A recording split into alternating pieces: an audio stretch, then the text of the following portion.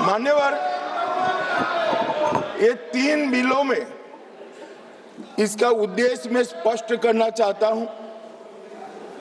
पहला उद्देश्य है सरकार का और हमारे नेता नरेंद्र मोदी जी का कि महिला सशक्तिकरण करने वाले इस संविधान सुधार को समयबद्ध तरीके से लागू कर 29 का चुनाव महिला आरक्षण के साथ कराया जाए। इसका दूसरा उद्देश्य है एक व्यक्ति एक वोट और एक मूल्य, इस सिद्धांत हमारे लोकतंत्र की नींव में जो हमारी संविधान सभा ने तय किया था, वो सिद्धांत के स्पिरिट को यहां पर लागू किया गया। मान्यवर, ये पूरे सदन में 543 सदस्य बैठते हैं। किसी की सीट में वोटर्स की संख्या 39 लाख है, किसी की 60,000 और ढेर सारी सीटें ऐसी हैं जो 70 के दशक में फ्रीज हो गए, तब से लेकर आज तक इतनी बड़ी हो गई है कि सांसद अपने मतदाता को अपना मुंह भी नहीं दिखा सकता, क्योंकि इतनी बड़ी आबादी को वो कैसे संभाल पाए। मान्यवर,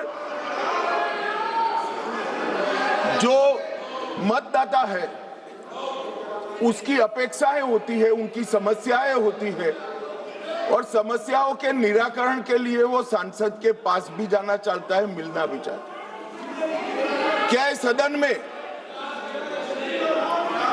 जो विरोध करते हैं उसमें से कोई मुझे समझा सकता है कि जिस सांसद के कॉन्स्टिट्यूएंसी में 39 लाख वोटर हो, वो किस प्रकार से अपनी सांसद की जिम्मेदारी का निर्वहन करेगा? और इसी विषय को दृष्टिगत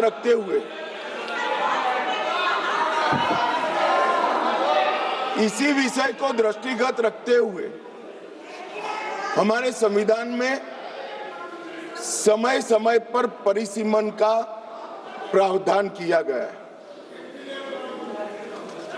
और परिसीमन के प्रावधान से ही एससी और एसटी जो जिसकी संख्या बढ़ती है उसकी सीटें भी बढ़ने का प्रावधान है। तो एक प्रकार से जो परिसीमन का विरोध कर रहे हैं वो एससी और एसटी सीटों की बढ़ोतरी का विरोध कर रहा है, वो ध्यान में रखें।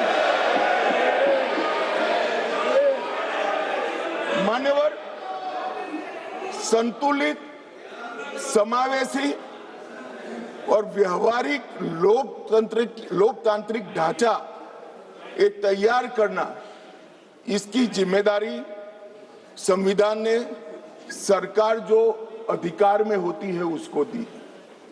तो अभी ये जिम्मेदारी नरेंद्र मोदी जी की सरकार को दी गई है। उनको पसंद नहीं है, मगर ये तो देश की जनता निर्णय करती है। वो वंश परंपरागत नहीं होता है, वो लोग चुनकर भेजते हैं। संघीय संतुलन बनाने रखना, लोकसभा में जनसंख्या के अनुरूप प्रतिनिधित्व आना और राज्यों की शक्तियों के बीच में भी संतुलन बनाना, ये परिसीमन के उद्देश्य संविधान सभा की चर्चा और हमारे संविधान में परिसीमन का जो जिक्र है उसमें कहे।